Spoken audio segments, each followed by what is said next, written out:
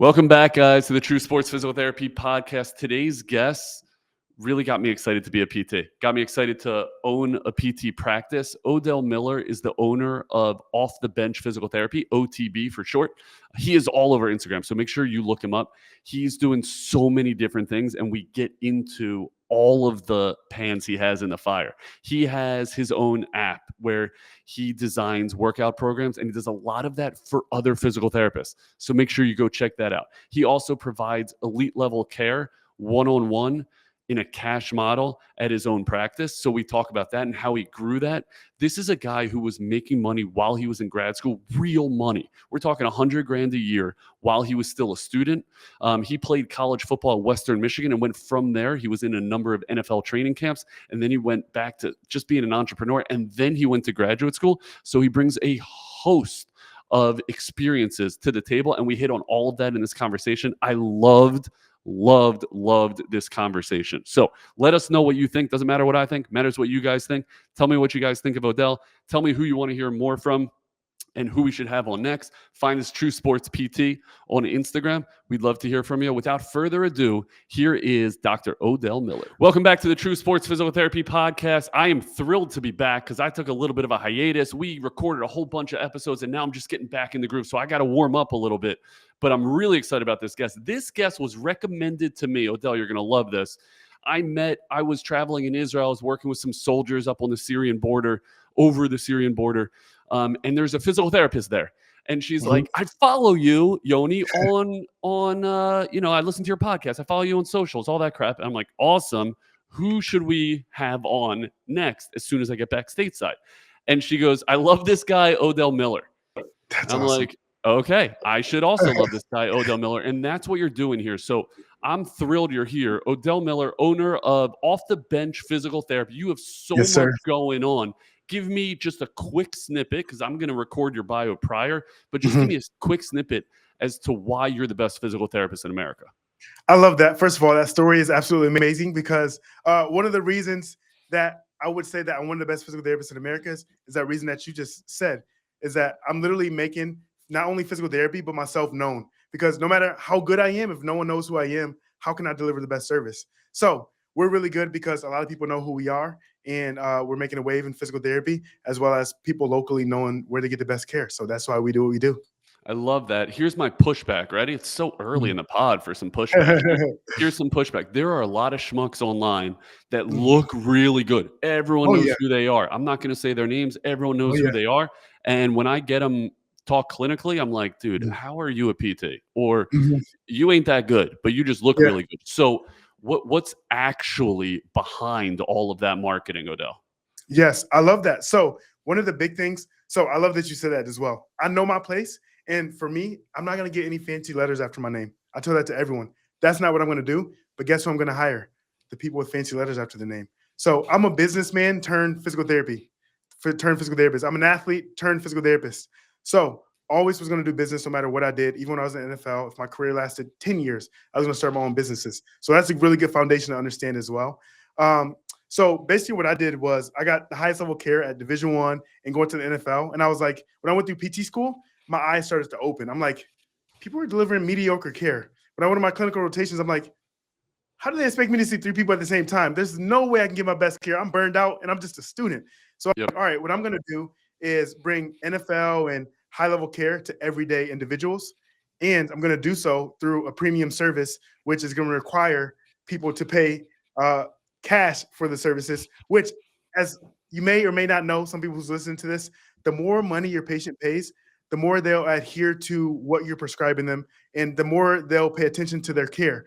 I noticed, even when I had a business in physical therapy school as well, I'm sure we'll get into it, but what I noticed was like those who pay the least, those clients never saw results. I gave the same exact service for my online services, and I just charged a premium, like way more, and all of those people started seeing results. I was like, oh, people pay for what they value. So if you're charging a little bit, they're not going to value it as much. So that's why I wanted to come out with a premium service and deliver that high-level care so people are actually getting better. I love that. Okay, so I had a similar thought, and I chose to go in a different direction. We are in network. Now I would call us a hybrid model, where we're still in network with insurance, but it costs you a little bit more to come to us. My fear was, if I say I'm cash, two things are going to happen. One, everyone's going to want to see me. If I'm paying, they want to see me. So I was leery of that. Maybe I would Yes. take a different approach now. I'm talking 15 years ago now, 14 years ago. So that was one concern. The other concern is we are true sports. I want to see athletes. There is a place for geriatric care. It's just not with me. It's not my passion. And Yep. so what do I do if I'm charging a bunch of money? You know who has a bunch of money? Really old people. So how do you confront those if you want to be a sports PT? That is a huge insight. And that just shows me, like, I've been at this for a year and a half. So by no means am I like an expert in this field of physical therapy or in business. I just say that I'm a good businessman. I know how to market myself. So with that, it all comes down to that as well. And that's one of the fears that a lot of people have, which is very, very true. So people coming in and wanting to work with me. So for a lot of my media and stuff, so right now, my team, we're in the transition of separating off the bench from Dr. Odell Miller, two separate people, like two separate entities of lives. So now we're starting to tap into like running ads and stuff like that. We're very known in the area. But what a lot of people are doing, which is really good, is they trust who you put in front of them. Like you can trust that whoever I put in front of you is going to uphold this level of brand, because at the end of the day, it's very hard. It's very, very hard to build a brand, but it's so easy to tear it down. So with that in mind, who I bring on, I make sure they do a really good job. And come to find out, some of the patients enjoy working with him more than they do me. Because as a business owner, when I was like on my own out of school, making a lot of money a month, but I had no help, I'm like thinking about, oh, shoot, I need to respond to this person. Oh, shoot, I need to do that post. I need to go back and do this. So my mind was so many different places working in the business versus on the business, as I'm sure you understand as well. So actually him being able to just focus on seeing patients to give his all to that care, he's actually doing a lot better than I ever could, because my mind is so much other places trying to run the business and pay rent and everything else. Yeah, I mean that really resonates. When I was in graduate school, my last rotation was in Manhattan. I stayed with my wife's family on Long Island, and so I would take the LIR into the city every day. I spent a long time on that LIR reading the E-Myth. Have you read the E-Myth? The E-Myth Unlimited or something like that? Yeah, it's like Revisited or something. The E-Myth Revisited. Yeah, something like that. Yeah. Okay, so that's the first time I heard the phrase, don't work in the business, work on the business. And it started to get my mind rolling. And I was 7, 8 years from being in private practice at that point. It started getting my mind rolling. Like, how do we actually build a business that's independent of my face and, more importantly, my time, right? Like I'm able to go away, go to Israel and treat soldiers, and still the business is running and making money to support that. So that's kind of where my head started to go with it. You make two interesting points. Now someone comes to OTB, they know Dr. Miller's associated with it, but you have to hand off. And so this is a workshop we have within True Sports, what I call the art of the handoff. How do you take a patient and a referral, a phone call, and say, I know you want to see me. This guy is way better, or this gal is way better. How do you do that at OTB? Man, this is really, I love talking to other business owners, because you just like understand. So I love that question. So I go down to the Hermosis. We're in like their little coaching program where they talk about different things, but it's so important, like you said, the handoff. So what I like started to implement, so it was more of a transition when he came on full time, and I had to hand him off to like patients that I've already been seeing. So like you said, you have to hype him up and say, hey, he's actually the real deal. Oh, he's a shoulder specialist. He's our head doctor. He's this, he's that. So you have to hype them up and allow them to see why you're giving them that. And then also tell them, like, I wouldn't put anyone in front of you who wouldn't deliver the level of care or better that I was giving you previously. But now, which is cool about us, is like, it's not a membership. So we have packages and stuff. So all of our new patients coming in, they may see my social media and have the social proof through my NFL athletes and stuff that we post. But when they come in, he takes them from the consult. So he takes them starting at the consult and all the way through, and they see me in passing and stuff. And they're like, oh, I saw him on the ads. I love what you're doing and stuff. But now they have no perception of me treating.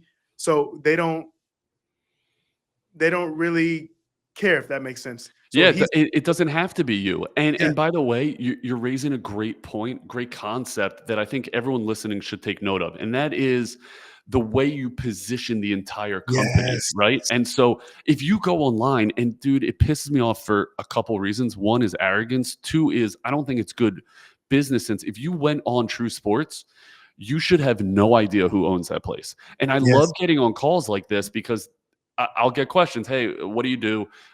Do you own it, et cetera, et cetera. It doesn't matter. Not only does it not matter from an arrogant standpoint or an ego standpoint, it's detrimental if that customer thinks, oh, I'm only getting to see this guy. I want to see that guy. The assistant or the second. Yeah, Yes. exactly. I think that's really important. The other thing you mentioned is hyping them up. I think that's a wide arching topic. It's knowing your audience. So exactly like you said, this is a shoulder case.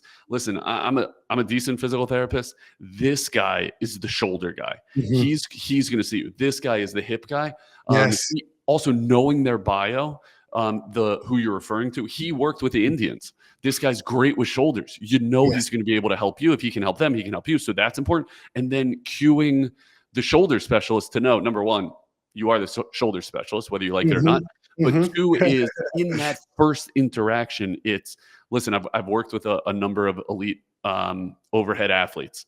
I Mhm. understand the shoulder. I love the shoulder. They have to have the script. So I think it's like Mhm. twofold. That's a big piece of the art of the handoff. Okay, two. Yes. My second question, Odell, unless you wanted to Mhm. jump in there. No, I was gonna Got jump in and anything? say, like, what you said is, like, so important. It starts from the whole entire process, through your assistant sending out the messages. All of that type of stuff is so, so important. So I love that you hit on that. Even when we're posting on social media now, I mix him in and make sure he's being posted as, like, the expert on the so his face is everywhere. So literally as we speak right now, he's in there treating one of our NFL athletes. So that's so, so important because in the past, all of my NFL guys I've seen. Yeah, So now that we're starting that he's in there, I'm like, all right, you need to work with him. So people aren't just seeing me as the guy to go to because I'm working with NFL athletes because of my relationship with them. So now he's in there treating literally while I'm in this podcast. Then my content guys in there getting content. So we're able to put him on social media, blasting him with NFL athletes. So now they're going to rub off that trust on him if NFL athletes are trusting him to work with him as well. So it I starts from love the that. I, yeah. I love that. And it's so important if you're trying to scale and actually grow a Mhm. business. Yes. The follow up to that is how do you know the guy who's behind you working on the NFL athlete? How do you know he was your guy? And how are you Mhm. going to know the next one is your guy? What are you asking in those interviews? What are the right answers? That's so good. So he actually started working. I never said like for me. He started working with me on off the bench after I graduated. He's been out for a couple of years, and I needed some help, so we came on for like a few hours a week. And then in that, I'm able to see his growth. So like I love Gary Vee. He's always like hire fast, fire faster. So I brought him on slowly. First, he was just shadowing me doing patients, and I would shadow him working with patients, and then training him on the detailed level of care that I wanted to see. Then he's coming from a hospital model or insurance based also. So he's like, I'll have to build certain things like, hey, this is different cash based. Really just give them what they need, what you think they need, which is really cool. So once he got into that and then he started getting back people fast, that's when I started to trust. Then I give them a little bit more, give them a little bit more. Then you will know, like within the first few months, if they're not looking to grow, if they're not getting better, if they're not seeing results with patients, then that's not the right person. So hire fast, fire faster, then have a really good training system as well. So a lot of times I think people make the mistake of thinking they can just hire someone and say, all right, here's your patients, go do it. It's like, no, you have to onboard them, teach them the OTB way. You know what I mean? Teach them the true sports way. Like you have to train them how to do it the way you want to do it. So it's systematized across the board. And then when they come in, when we do have like 3, 4 therapists, if that happens, like everyone's kind of having the same system. So it's not like, oh, I see him because he just entire different thing that we don't do. Like at the Yep. beginning too, he didn't have dry needle certification. So the first thing I had him get was dry needle certification. So they wouldn't say, oh, I want dry needling from the video, so I can't see him. I need to see him. It's like, no, you're gonna get the same level of care no matter who you see in OTB. And like you said, that makes it scalable. Okay, so what are you going to do when you have 5 therapists and Mhm. now you got to make your decision based on an interview? You can't Mhm. necessarily have them spend 3 months. How are you Mhm. structuring and organizing that interview? That's really good. So first of all, like I say that I'm good at reading people. So first of all, I always tell my team I'm not a manager. I'm a true entrepreneur. So when we have that next person coming on, the doctor that I have now, he already is understanding the next path down the road of what it's going to look like of him being the clinic director and running the clinic. My mind is in so much like growth and other things that I know I couldn't manage that stuff. But in the interview, I'll ask key questions like, tell me about what you've done in the past. Tell me about your future goals. I know those are like everyone asks that stuff, but you can really get a tell out of people based on what they say. Why do you want to work here? Where do you see yourself in the long run? And then even doing a group interview with my entire team, like interviewing the person too, to see if they're a good fit. And then, like, I don't know if this is legal or not, but I'll go down their social media, look at their social media and like kind of like what their character's about and stuff like that too. And then even with that process, so yeah, you can't see it in that one hire, but I can have them come shadow for a week. I can come and have them shadow for a little bit and just see how they interact with patients and different things like that. So you can do your best, but at the end of the day, fire fast, fire faster. Like you really don't know. Everyone's going to interview well, like until they get in there and start seeing patients and you get them. Yeah. Okay. So that all makes a ton of sense. And you're right. There is value, utility in those questions. What we do, and feel free to poke holes in this because it ain't perfect. And we've come a long way on it. And the way we do it, we do a phone screen. And then I send, if they're a good fit, like they're good on the phone, I send them a case of patient specifics. And when they come in, if they get a follow-up interview, when they come in, I am the patient, or my regional director is the patient. They play the role of the case we sent them, because you're right. Everyone answers those questions well. They will answer, hey, what are your weaknesses? And they'll hint at their strengths, etc. But if I can see how they treat and think on their feet, and I show them, hey, this knee case isn't going well, how would you fix it? Then I can see like the way they think. And then possibly more importantly, I tell them after the case, okay, we're done. Yeah. How do you think you did? And they can self-assess. I want to see how they self-assess. And secondarily, I will tell them, you sucked at this. Like you really swung and missed at this. And I want to see, how are you coachable? Can you pivot? Can you defend either your position or say, you're right, that sucked? And a lot of times that's the right answer, but at least I get a sense for that. And then you're right. The longer I can have them in the clinic, I want to see how they talk to the receptionist. I want to see how they talk to a new patient. That helps a bunch. Yes, that's really good. And like, I really love that insight, because I'm literally going to rewatch this and take some of that, because like I always tell people, I like to talk about what I know. Like if you got on here, like, let me hear about your huge clinical reasoning on this and this research and that. That's not what I study day to day. Business is what I study. So I have not hired as many people as you would. So you saying that is like, I'm taking notes right now. Like I'm just as much the audience. So I'm new to that as well, which is really cool. But one thing for me that's huge is communication. Like I want people that can communicate. I think a lot of times physical therapists, smart people, doctors and stuff, they're so good at taking exams and stuff, but how can you communicate? Like I'll never be the valedictorian in my class, but if we had like a communication contest, standing on stage, speaking to a crowd of people, the people who are oftentimes 1, 2, and 3 in their class, sorry if that was you. No, it definitely was not. They can't speak. They can't speak well. It's like they need a piece of paper. So I think that's very important for me to be able to communicate. Yeah, I mean, you're dead on with that valedictorian concept. I've seen a few outliers, but time and again, they usually have trouble struggling. They usually struggle with communication. The number one PT school in the country, we have hired a lot of therapists from there. We have said no to a lot of therapists from there because they're so regimented and they're so academic. And a lot of times, this, it doesn't necessarily apply. So people ask all the time, and this is totally worthwhile because I have a feeling that a lot of new grads or students will be listening to this episode because of what we're covering. People ask me all the time, does it matter where you went to school? Does it matter if you have a CSCS? Does it matter if you're going to OCS? Do you care about residency? Do you care? I don't give a crap about any of that if you can communicate like Odell Miller. Like if you can talk, I'm interested.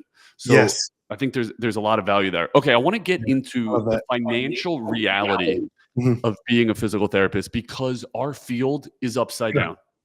It's broken and it's backwards. And I'm interviewing therapists that have $200,000 worth of debt, and they're going to come in here and make 75, 80 grand a year. They'll never pay it off. How do you pay it off?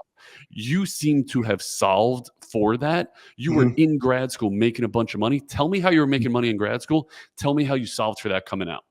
Yes, that is a really, really good point as well. So I just actually dropped on my Instagram a clip interview with the APTA when I was at the CSM with their vice president, Drew, of strategic affairs or whatever. I got to watch that. Cool. Yeah. So there's so many people who are charging based on their time. So a lot of people charge based on their time, but rather we need to charge based on the value. Just because it takes me a couple of sessions to get you out of shoulder pain, no, you're actually paying for the 8 years of accumulation of that knowledge to be able to do it within those few seconds. You know what I mean? So I think that's number one, charging for your value rather than your time. We need to delink our time for money. And you understand that as a business owner as well. But I think our team should think that way as well. So when people are like, oh, so you're charging 300, 375 for a 1 hour session, like, no, I'm charging that for the result that we just talked about of you getting out of shoulder pain that you've had for the last 2 years. That's what that's for, not for my time. It might take me 20 minutes. It might take me 60 minutes. So I think that's number one. And then in school, how I started monetizing. So I just started posting on social media, showing my workouts, which I was doing, and I am very like heavy on telling physical therapists they need to do the same. So in school, I just showed my workouts. I went from the NFL, so I was like 305, played lineman, and then I got shredded like down to like 235 or whatever. And then people started asking me like, "Whoa, what are you doing? How did you do that? What are you doing for your workouts?" And I was just showing them, showing my workouts, showing me lean. And then they're like, "Do you have any training programs? Do you have your workout?" I was like, "Whoa, okay." After like 50 people ask you that, you might, if you're smart, you'd be like, "Okay, there might be something here." So Yeah. then I was like, "Let me start a program, call it Off the Bench, and this can actually lead into my physical therapy clinic when it's like along the same avenue." So I started that in PT school, helping physical therapists and students get in the best shape of their life, and that's how I started monetizing. So it's all through my app, and that was that reference that I made earlier. So I started off before I even launched the app. I didn't have any written. I had 12 people signed up for $80 a month, and they all got on the app. And then I'm like, they're not seeing like fast results. And then I got a coach. I got like $2,000 or $3,000 a month doing that. And then I got a coach, and they're like, you need to charge more. So I started charging $500 a month, or they Wow. can pull, and it's 3K, 2,500 or 3K, and they were seeing results. And I was like, whoa, okay. I didn't change my program. Like the program is a program, it works. Like, why are they not seeing results? People missing them, people not doing it. But then when they're paying, they were doing it. So that's how I started monetizing in school. And then I transitioned right out of school into that app being used from Off the Bench Clinic as well, and continuing some of those services. So that's how I monetize in school. Dude, congrats. That is amazing. How did you convince people to pay $500 a month for training programs that they can get Mhm. from outstanding therapists, some of Yeah. which I've had on this pod that are charging way less? How do you Mhm. bridge that gap? Yeah. Cause I wasn't really convincing people, like, sales. Like, I didn't convince, like, why are you on this call today? Because you want to achieve a goal.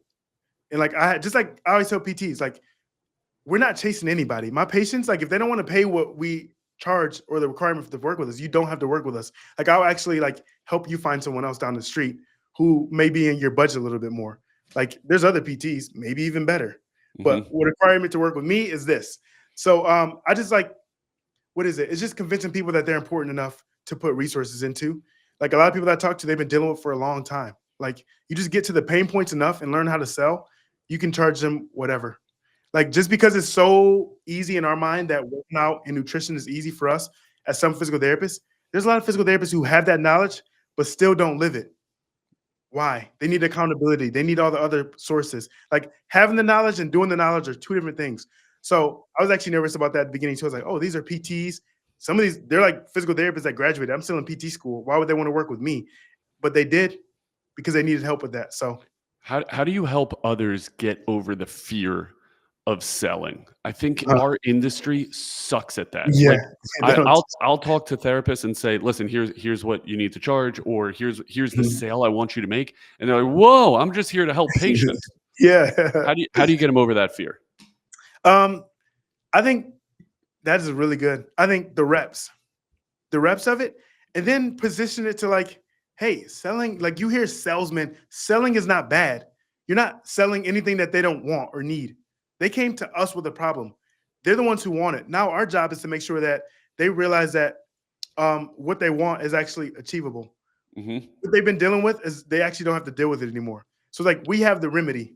They have the problem, we have the remedy. So we're not chasing you to sell you anything. Like, we're not knocking on your door and selling you a, I don't know, some window cleaner or something. That's totally different. It's like, you have the problem and you've been dealing with it for a while. So we're going to convince you that you're important enough to actually take action on about it. So if you position yourself like that to your team too, and let them know why we do what we do, it'd be so important. And then once you get a few people on and they do have that transformation, then they're all bought in. That's why it's important to even like post in the group. So I have a support team too, but it's just me and the other doc. But I have him like post all the story wins on our weekly meetings and stuff. So our marketing team, our admin can see the wins of what's happening in the clinic. So now they're bought in and like, oh, we're changing lives. We're changing lives. And there's no ceiling on a price for that. That's an awesome way to position Yes. it. How do you come up with, you mentioned 300, 375. Uh-huh. How does a PT know what to charge? Yeah. So people always ask this too, like, how much should I charge? I never want to tell another PT how much they should charge. It's like, how much would you enjoy receiving? What would make you smile when you received it? And it's like a mutual, like, good. You're going to give them what they really, really want or need, and then they're going to give you what you need as well. So, like, whatever that is for you. Some people it might be 150.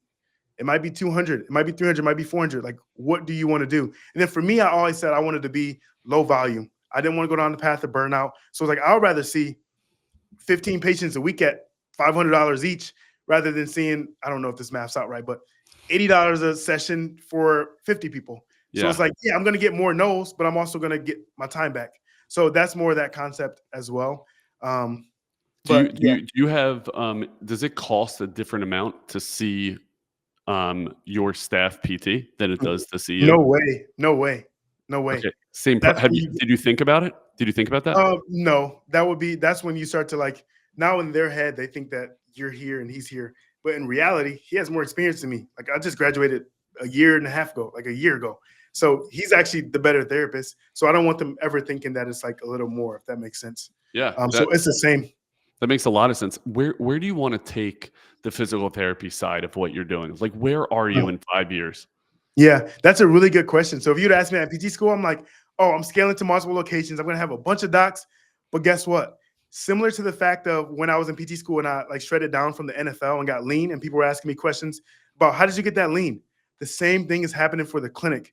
So even before I opened the clinic, which is crazy, people ask me questions like, how did you do this? How did you have the money to start it? How are you getting patients in the door? How are people paying you that much? And I'm like, wait, this isn't, obviously I have mentorship, but after a while, when it becomes normal, you don't realize what we actually know as business owners that some people foundationally won't know. So I get a ton of messages, and that's when I was like, oh, okay, I'm going to be called to something even bigger, even higher. And I'm actually going to impact more people by just having my clinic as a reflection, and then helping others around the country open up theirs as well, then helping new grads escape burnout, low pay, increased tuitions, increased insurance budget cuts. So I was like, oh, I can actually impact more patients in turn by helping 1,000 PTs open up their clinic. And now I'm in turn seeing their patients more than I could by just growing this by another therapist, growing one more location. So it's just getting bigger and bigger. And that's where I see myself in 5 years, which is really cool. Yeah, that's really cool. And you're right. You're impacting so many lives. It's so important to remind ourselves, because the money and the notoriety is great, and it's great to chase that. But what you're actually doing is what you went to graduate school for, and that is helping humans. And Yes. it's a beautiful thing. Okay, you have been unbelievable at creating a personal brand. Mhm. How do you guide PTs in building their own strong personal brand? That's a really good question. So, just alluding back to what I said earlier too. So I always tell people they think that they have to create content. Like, let me go out and create content, sit down and just talk to the camera and make up some stuff. Let me just film my day. It's like, no, think about documentation over creation. So if you look at all of my content, even in PT school, I was showing myself like studying in class. Oh, we have a clinical, just failed my clinical, just failed my exam. Oh man, I'll get them next time. What I did was just document things that were already happening in my life. Going to the gym, I didn't go to the gym and say, oh, here's how you do a bicep curl. I was at the gym just working out, and I had the camera on and was like, post it. So I always tell people to document their life and let everyone know what they're doing. If you're going to open up a clinic, if you're going to open up a business, if you're a physical therapist working for another business and you want to increase on how much you can earn as well, like if you don't want to open a business and you want to increase how much you can earn for a salary, find a way to gain attention to that clinic. Like, there's other skills that you can do as well. Attention is the greatest asset. So just post what you do, documentation over creation. Now, you talk about burnout. Does that ever get exhausting? Always thinking, having a camera on, like, you got to have the camera on. I got to constantly record my life. No, it's actually the opposite. It's easier because, like I said, I'm not doing anything but documenting my life. So whatever you're naturally doing is just a camera now following. So I think it'd be exhausting on the opposite side. If you're thinking about creation, it's like, oh man, I didn't create my content. So even when I'm on vacation, which is a huge unlock we were talking about earlier. So for the first time, I think it was like 4 months ago when my PT that's in there came on full time, he actually was earning money while I was on vacation. That might sound simple to you because you've been in business for so long, but that was the biggest unlock. I'm like, okay, new patients are coming in, they're getting better. My bank account's going up while I'm on vacation, and I can like dream. I can sit on the beach and dream a bigger picture, or come up or look in the business where we need to get better at. It was a huge unlock. But guess what? When I was on vacation, what did I do? I filmed what I was doing already. I documented my life through the process, getting on the plane, showing myself and telling PTs like, hey, I'm on vacation and the business is still able to operate. That's how you can delink your time for money. So I just document what I'm doing. And I think that's very key for not getting burned out with content. Love that. Okay. So, what are some mistakes, like as you've been coaching PTs across the country, what Mhm. mistakes are you seeing them make, both clinically and also business wise? Yeah, that's really cool. So we're actually like, I'm not too far, I'm not too like deep into the coaching just yet. Like I just started it. We had like 4,000 people emails sign up, say they want mentorship. So I'm new to that a little bit. But what I'm starting to realize is like I said earlier, you and I, like, I'm trying to give them this high level thing like, oh, here's how you do automations. Here's how you have your ads linked to that. Here's how you do mini chat triggers. And they're like, what? It's so far beyond like where they need to start. So now I'm going to dial it back. It's like, how do I create a name? How do I pick a location? How do I charge? How do I actually sell? Like, how do I get patients to realize my value? Like, are they really willing to pay $200 to $300 a session?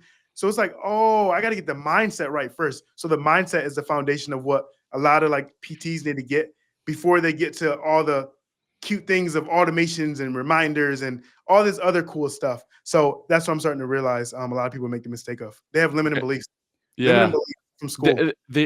And unfortunately, they don't even know questions to ask. Yes. So I think you got to like feed them the question. So Yes. answer some of those questions for me. How do you create a name? How do you get started and actually find a spot to provide your services? Mhm. So I created my name. Actually created my name when coming from the NFL. I was going to do a podcast. It was going to be called Off the Bench, like off the field, off the bench. Came up with that, and then later use it for this as well. So with the name, you can be creative. I really highly suggest people not to name their clinic their name. Yeah. Like Odell, you see it a lot, like Odell Miller Physical Therapy, Odell Miller Chiropractic. Like, do not do that because then you just key man yourself into that business forever, and it's not a living entity without you. And then also with location, it's all individualized as well. Like, where are you at financially? So for me, I was obviously, like I talked about, like before I opened up the clinic, I was already making 20K a month online. So I had funds to open up my own spot from the start. But if you don't have to do that either. You can go rent out space from a gym. And have really good friends who started that way and are making more than me. Like they started in someone else's gym. You already have all the leads standing out there working out in the gym. So that'd be a really good way to start as well. And then some people can do mobile. You can do like there's so many different options. You Do you don't need have to. a van, Odell? Do you have a van? Yes, I do. Okay, can you tell me about that van? I found evidence of that van online in preparation for this conversation. Yes. What are you doing with that van? So the whole mindset of the van too, like I want to keep everything minimalist. All the money was going back into the business. So when I graduated, I was like, I'm going all in on opening up Off the Bench. So I got the van like my last year at PT school. Actually, so I got in a car accident. I got in a car Sorry accident, to, totaled sorry to my hear that. car. Yeah, no, you get totaled my car, and I was like, all right, I need to find another car. And I was like, wait, my lease is coming up soon. My car is totaled, so I need a car and I need to get another lease. And I was like, wait, why don't I? I'm single. Why don't I just get in the van? Because I'm going to be in the business working in coffee shops like 24/7. What do I need to pay $2,500 a month for an apartment for? And now I can just put all my resources back in. So I got the van, and then that's how it You started. lit Okay, hold on. Do you currently live in a van? I live in a van still to this day, Okay. and I own property. I own a duplex, but it's a rental property for people renting from me. But Where do you park said van? I park wherever, Come on. You just park wherever. on the street. Like tonight, you are going Good night. to get into your van, which is Uh-huh. parked on a street corner, and you're gonna go to Not sleep okay. in that Not on the thing. street. You can. So they have like you can park in a Target parking lot. You can park at a gym. You can park at. I parked at Planet Fitness for the longest. I can park in the back of my off the bench clinic. I can park anywhere. I like to say I like to hide in plain sight. How many has anyone ever knocked on that door to wake you up? One time. Where One were you? time. I was at I was in Planet Fitness parking lot, but they had like a Salvation. They had like Salvation Army or something like next to it, and I was parked over. And I guess like so I used to wake up at 4 a.m. So I guess for the last like 4 months, I was sleeping there for a long time. So I don't know when, but whatever. They said, oh, people aren't allowed to like stay in the parking lot or something. Because I slept in that night or something. So I woke up to a knock from police officers. But they were like, I was like, since when? I was like, since when? They're like, oh, this has been the last 6 months. And I'm like, what do you mean? I park here every single night. And I never even heard that because I was leaving before like 4 a.m. going to the gym. So they never knocked on the door. But that was the only time. Okay. Is this an RV? What do you do about HVAC in the back of that van? So I mean, it has solar panels. It doesn't get freezing? In the winter it does, but I can plug into offshore as well. So I can plug into a building. Okay. Also have heaters, but I just leave the car running as well. You leave the car running when you go to sleep. The van running. Yeah. And when it's like very, very cold, turn the heat on and leave the car running. Dude, I love it. How long are you gonna live this lifestyle? I'll probably be done like toward the end of the summer. So like I said, so I did that with the I did that was I'm gonna go all in on the PT clinic, but I made enough money like the second month where I didn't have to do that.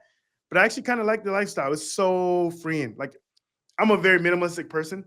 So not having like anything but that in the businesses, you just cash flow. And that's why I was able to buy my first rental property as well. It's just like all the money's going back into money like generating activities so that when I do have my family, when I get older, it's like I'm set.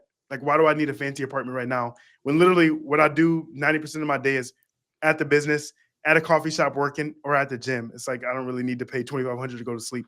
Where do you keep your clothes? In the van. Have you seen van life? Have you seen van life? Where? Yeah, I saw it last night when I was Googling you. Where do I? Oh, like real van life. Like where do you do laundry? At a laundromat? So I'm from here. So like my parents are here. My girlfriend is here now. Like she owns chiropractic clinics too. But a laundromat for the longest when I was in Chicago. But you have to look up van life. There's travel therapists that literally couples that travel in a van. And they have stoves. I don't have a stove in mine, but you can have stove tops, everything in there. Like it's like a mini camper. Like it's really dope. I love it. If I ever had a question whether you're all in on OTB, I think you just answered it. Hey, I'm all in. Dude, that's awesome, and I love it. Okay, tell me about your app. How does one start an app? What makes your app different than anyone else's? Yeah, so I'll give the secret away on your podcast. Go ahead. The secret is don't try to start your app from scratch. I've done that in the past. I used to have a scooter business in undergrad. It's a whole nother conversation. So you like Bird or Lime. Yep. So I started a scooter company like that. I developed my own app, and it's so hard. So they were asking me about UI, UX, and I'm like, I hired you to develop that. They're like, now you need a UX. I'm like, what the heck is that? Like, where do you place the buttons? I'm like, I don't want to think about all this. All I need the app to do is unlock the scooter. And they're like, you have to do this and that. What colors do you? I was like, okay. So I was gonna actually create an app for personal trainers. Like they can virtually train their clients and stuff from an app, like PTs as well. So, physical therapists can use this too. And then I started doing my research, like, oh shoot, I'm about to develop another app.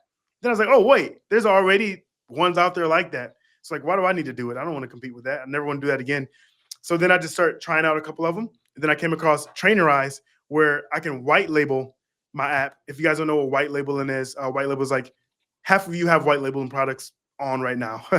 Everyone has white label products all around their house, meaning like you can order something from overseas, the same bottle that you see a popular company use and put your logo on it. So that's basically what I did.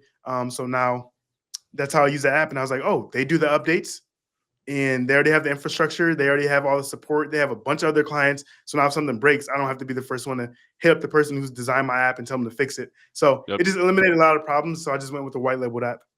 And why did you choose this specific app? I just like the user interface. I love you know what a UI is now. Yeah, exactly. I love the user interface and everything too. So it was just perfect for me to use. Okay. Great insight, and I freaking love it. Okay, you have so many pans in the fire, as my father would say. You have OTB physical therapy. You have your app. You have your coaching. How do you prioritize where you're putting your time? That makes sense. That's a good question too. So at the beginning, I did have all those different fires burning. And as I started to like increase in revenue and get more mentorship, they're like, you actually can't grow to a multi-million-dollar business trying to do it in all those sectors. So the app is actually coupled with Off the Bench. Like it's a leg of Off the Bench. So it's kind of one and the same. But I don't do as much online with it anymore. What takes to that is the mentorship or the coaching. So right now it's Off the Bench and the coaching. And all of that revenue is going into real estate, property, and stuff like that. So I have like whittled down the burning a little bit. And you probably didn't see this or did, but I also had I still do have a wedding entertainment business. I saw DJ somewhere. Yeah, DJ. So that's actually what I did in undergrad and in grad school. So people are like, "How did you have?"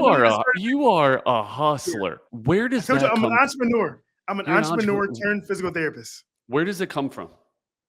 I just like creating. Like I'm a creator. I think of ideas, but everybody thinks of ideas, right?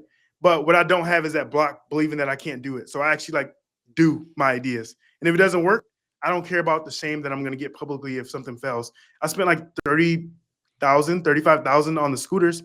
And guess what? They're in my parents' garage right now. Do I care about somebody saying it's a failure? But everything that I learned with those scooters is what allowed me to get to a $51,000 a month in my OTB clinic as a new grad within 6 months because of all the skills that I accumulated. So you can look at it as a failure. Is it a failure? Me not making it in the NFL for 10 years, is that a failure? Or did I learn a lot of things that is going to take me well beyond where I ever thought I could do? So that's how I like to look at all of those as well. But yeah, so I've had a few different things. Where do you get your positivity from? Is this a family thing? Was there a mentor in your life? I mean, I believe in Jesus. I don't know. I just want to be a light. Like I've heard of that guy. Yeah, I want to be a light to as many people as I can. Even like in football or growing up, like I wanted to be a light on the team. Like I can't do everything that everyone else is doing and expect a different result. So I've always been like independent in that way and just being a light, and whoever wants to learn from that can come and learn as well. So it's just not following the crowd. I think that all stems from that. And so that's amazing. You mentioned Gary Vee. You mentioned a number of business mentors that are very, very public facing. And you mentioned that you have current mentors that are helping you with your businesses. What should one look for when going towards a mentor? And is there a mentor specifically in our field that has kind of shown you the light? That's really good. So mentorship is the number one thing that everyone needs to do. Why would you try to do it on your own when there's people who've already done it? So what took me 6 months in my first career to hear like the numbers that I made a month, that wasn't my own doing. That would have taken me 5, 10 years to do. So I'd rather pay for the lesson, not the scar. So I'll pay my money every day. Like I lost $35,000 on the scooters. So like that was a lesson. So I'd rather pay the money because money is an infinite resource. They say it don't grow on trees, but it really does grow on trees. But the time that I have to spend trying to learn that like lesson or learn what I'm trying to do, I don't get that time back. So I'd rather pay someone money all the time. So I think, first of all, people need to realize like you're not going to find the mentor that fits you for everything. Like find a mentor in the category that you're looking for. You can have a mentor, a relationship mentor, a business mentor, a physical therapy treatment mentor. So a lot of times people too in school, they get confused on their professor being their career mentor versus teaching you how to be a neuro PT or teaching you peds. It's like, hey, I'll take mentorship from you in peds, but don't put a limiting belief on me that I can't open a practice as a new grad. Have you ever owned your own practice before? Have you ever been a clinic director before? Have you ever thought about owning your practice? No. So please don't give me advice on that because I have a mentor for that. You're my mentor for pediatrics or neuro. So I think that's very important as well. Dude, that's so important, and that really hits home for me. When I was in graduate school, we had one business course. My project for business course was true sports. That's dope. Yeah, it was dope. Except I got a goddamn C on that course. You should on that project. I should send it. Oh no, you should send it back to the lady. Like, exactly. So your point is really well made. Like, who's grading it? And if I had to do it again, listen, I didn't go to grad school. I knew I would open my own place, but that was not my focus in grad school. I wanted to be a sports guy. And if I had to do it again, I went to University of Maryland. They've gotten better. Sports was not their jam, dude. Like the amount of times I failed a goddamn EKG practical because like I'm just like not interested in that. Yes. And so my advice is not that you asked for it, but my advice is when you're looking for grad schools, like figure out what schools are good at what you want to do, and they Mhm. don't publicize that. So you Yes. have to look at your faculty, like where has the faculty been? What have they done? Now University of Maryland has a couple studs that work with elite level athletes. They didn't have that crap when I was there. So Yes. I wish they would have. It really took me a long time to kind of make that up. So I think I wish they would publicize it, but I think you got to do your homework as a student Yes. to find that. In terms of finding a good mentor, like especially now, like I'm inundated with emails from Mhm. let me teach you how to grow your own PT practice. Let me teach you how to get to Yeah. 6 figures. Let me like you could Yeah. promise me the world. How do I Mhm. differentiate from PT business mentors That or is consultants? that's awesome. So I always tell people like somebody might resonate with me more than they do someone else. It's like find who you resonate with as well. So find out what they've built. There's so many mentors out there, not throwing shade or anything, who haven't like built what they're hoping other people do. And they're probably really like there's some basketball coaches who are teaching athletes how to be a really good basketball player that never played. So you can definitely do that. But for me, that's never like my type of jam. So find what your type of jam is. And it's like, hey, I love what they built over at True Sports. Like, I want to replicate what he did. I want to get to 15 locations. They shouldn't come try to mentor with me if their goal is to get to go from 1 to 3 locations, 3 to 5 locations. Why would you come mentor with me? Have I done that? No, I don't know the contracts in place. I don't know how your org chart and managing that. You would. So I will go there. You know what I mean? But if I'm a new grad and it's like, oh, he's a new grad who got to 51K months within 6 months. That's the stage of life that I am right now. Let me go mentor with him. But if you're trying to come to me for $1 million clinic, I'm not a $1 million clinic yet. I'm going to get there. But what I'm going to teach you is how to, you know what I mean? There's like levels to it too. So it's all what you resonate to. And then also like mentors need to understand like on our side too, they need to understand where their expertise Value, lies. expertise. Yeah. Yeah, like don't be out there saying you're gonna help somebody do something and you have no idea how to do it and you're just taking money. That's what gets coaching a bad rap as well. So that's why I always say, like, look what I've done. Same with our patients. It's like, oh, why should I choose you rather than using my insurance or paying a $50 whatever down the street? I'm like, you can very well go do that. I'm not telling you not to do that. Here's what I can guarantee we're going to do for you in the next few sessions.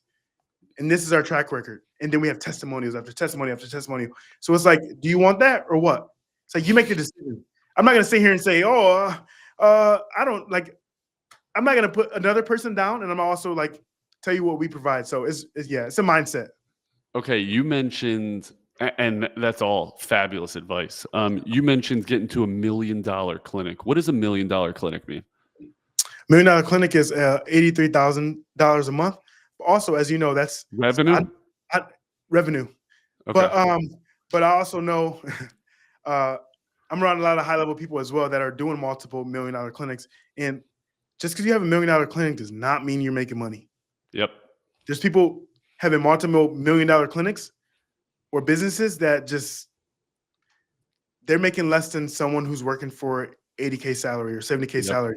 So that's important to note as well, which is a whole nother conversation. But Yeah, so yeah, as but you an know, important one. And I'm kind of yeah, putting you on the spot with like asking kind of where you want to go and what uh, you're at now. But I just, my first job out of graduate school, I took because he paid $2,000 more than the guy next to, yeah, and I immediately wanted to kill myself. Like I hated it immediately.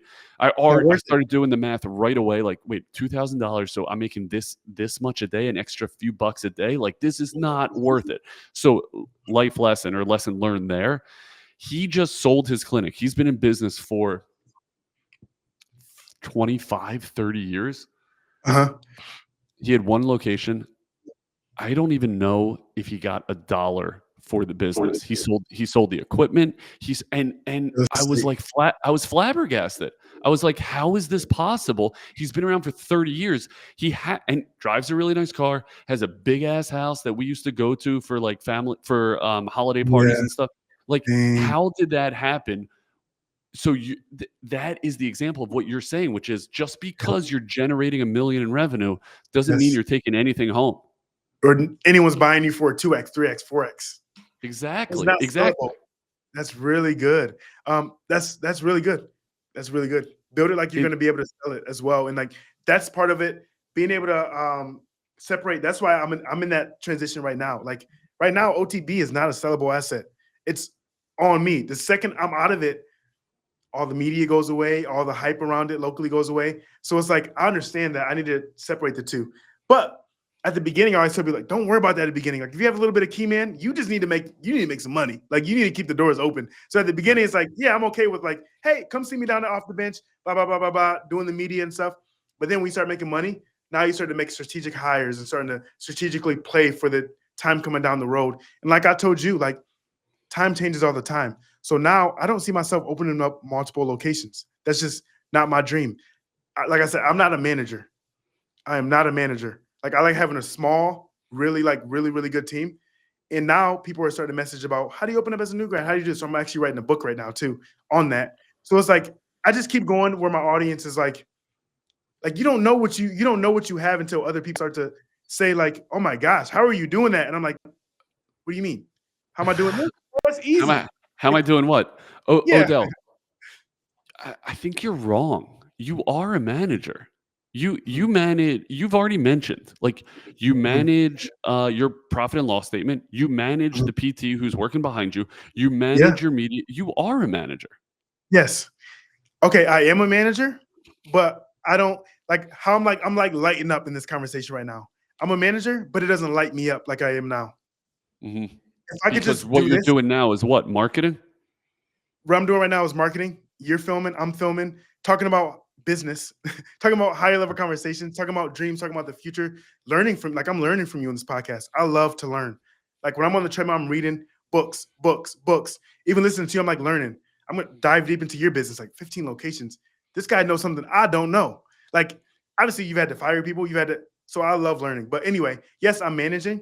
But as an entrepreneur, as you probably know, your goal is to hire and play stuff so you can get to where your dream vision is. You know what you're gonna have to do? You know what you're gonna have to do when you hire them? What's that? You're gonna have to manage them. Yeah, but that's why you have direct reports too, though. So I'll have my marketing direct report, my head this, head that direct report, but I'm not gonna manage everybody. Like no, but you're managing those direct reports. I'm just saying, then that's fine. Don't sell yourself short. Yeah, I get it. You're obviously good at it. Like yes, you're good at it. You are a freaking manager, whether you like it or not. That's true. By the way, the staff PT is a manager. The secretary is a manager because everyone's a manager. And to your point, and I know you know this, everyone is a salesman because you're selling to your patient, you are selling to your staff, you're selling to your team, you're selling to your spouse. You're selling to your freaking spouse. Yeah, I do a lot of selling to my spouse. So it's just important to recognize that. And I think what that does, and the reason I highlight that stuff is not to come at you in some kind of way, but it's to highlight that those aren't dirty words. Those are 100%. Words that are necessary for success in any field and in any level of that 100%. Field. How are you going to get to $1 million? How are you going to make OTB $1 million practice? You have to manage. So what I would say though with the managing, so I like to, it's all work. Don't point at me, Odell. Don't point at me. I'm helping other leaders. Like I'm building leaders. So building leaders is so much more than managing like, hey, don't do the stretch like this, or hey, make sure you wear this to work. It's like, I don't really want to manage that stuff, but I'm building the leaders who can manage that, if that makes sense. Like, hey, as a leader, you have to show up on time. As a leader, you have to be able to speak to your team. You can't be a hypocrite as a leader. You can't have this message of health is wealth, move more, sit less, but you're not doing what you're supposed to do. Like, that's what I want to teach. It's more like motivational, building other leaders. So yes, I'm managing them, but I like to see it as like I'm building leaders, which I think I'm really good at. Like helping people bring out the best in them. Like I can see really good things in people that they can't even see themselves. It's like, man, I believe in you. Like, what are your goals? I want to do this. I want to have this for my family. I'm like, I believe in you. Here's how you can get there in this company. So like I'm building other leaders, I like to say, but not managing them. It's like, it's actually your decision. Like, this is what we need to do. Either you do it or you don't, or you're gone. Like I don't know. Maybe the ball out of me too. It's the football side of me too. Let me tell you something. Let me pay you a compliment. You're great at it. You're great at it because I do 1 million of these phone calls and I do 1 million of these pods. And every once in a while, I get like reinvigorated or excited about my field, and that's what Mhm. you're accomplishing. Like it is infectious. Appreciate it. Your I appreciate excitement it. is unbelievable. So your future is bright, and it's awesome, and it makes me happy because so much of what you just hit on in terms of you got to do it yourself. That's how you got your start, right? Like you Yes. lifting. Like why do we not lift? PT should lift. Here's how I'm lifting.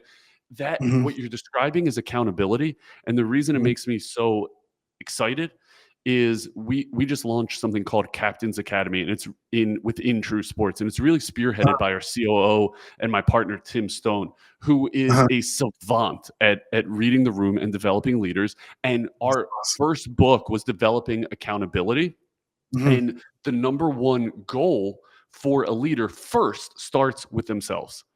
Did mhm. you get your lift in this morning? Are you on time? Is your house in order? Because if it's not, you cannot lead others. And Yes.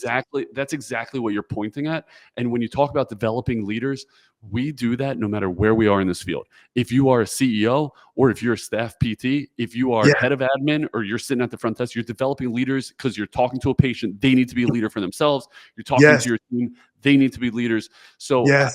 I think it comes full circle. You are a wealth of goddamn knowledge. So I Odell, appreciate you. I appreciate it. This has been a great conversation.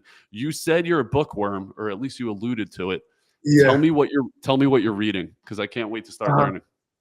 Oh, so some of my favorite books right now is a classic, How to Win Friends and Influence People. I tell a lot of people to read that. 10X is easier than 2X. Who, not Yeah. how. I just read Buy Back Your Time, which is absolutely amazing. So cool. And those are kind of my What? favorites right now. Okay. Of those, I have not read "Buy Back Your Time." It's, Give me the elevator pitch of that. so it's Dan Martell. He just hit the scene like out of nowhere. So Dan Martell's crushing it. And it's just talking about how to appropriately buy back your time and starting to delete your time for money and stuff like that too. And I also listened to a lot of Myron Golden. I didn't read any of his books, but about like the implementation ladder. So it's like a ladder. So you have like implementation, which is like your lowest level of earning capacity. Then it's next like managing, and then it's like communication, and then imagination is the highest. You can make billions. Every product that we have, somebody wants imagined in their head. So it's just like learning those type of things of mindset to think next level. So it's like, oh, it actually, I'm doing the world a disservice if I'm seeing all of the patients. Like Yeah. you would be doing the world a disservice if you stayed small and see all the patients because you're like keeping what you have inside. But I'm like, no, I have so much imagination in my head that I need to get out. And in turn, you can help so many patients at the same time in your 15 clinics. It's like, oh, you're actually seeing like right now, you're seeing like hundreds of patients at the same time rather than you just containing that and seeing one person. So it's really cool to start to think in that way as well. And then communication, what you're doing right now on the podcast, like that lights me up as well. Being able to communicate to a large group of people is better than me being able to just implement to one person at a time. Yeah, I love it. Those are great recommendations. I highly recommend all those books, and I'm excited to dive into Buy Back Your Time. Yes. It's gold. That's really great. Okay, tell everyone, Odell, where they can find you, how to get in touch. Awesome. So you can find me on Instagram at Odell Miller 25. Also on TikTok, which I need to post more on. And then also YouTube. I vlog behind the scenes, showing myself building the business, which I've showed since like day one. Even in school, I showed my journey through school and opening a business. So you can get a lot of insights there as well. And that's YouTube, just Odell Miller. And then I just started a podcast called Beyond the Bench. My clinic is called Off the Bench, but now it's like Beyond the Bench by Odell Miller. So you can check me out those places. Just DM me Uh, if you ever need anything.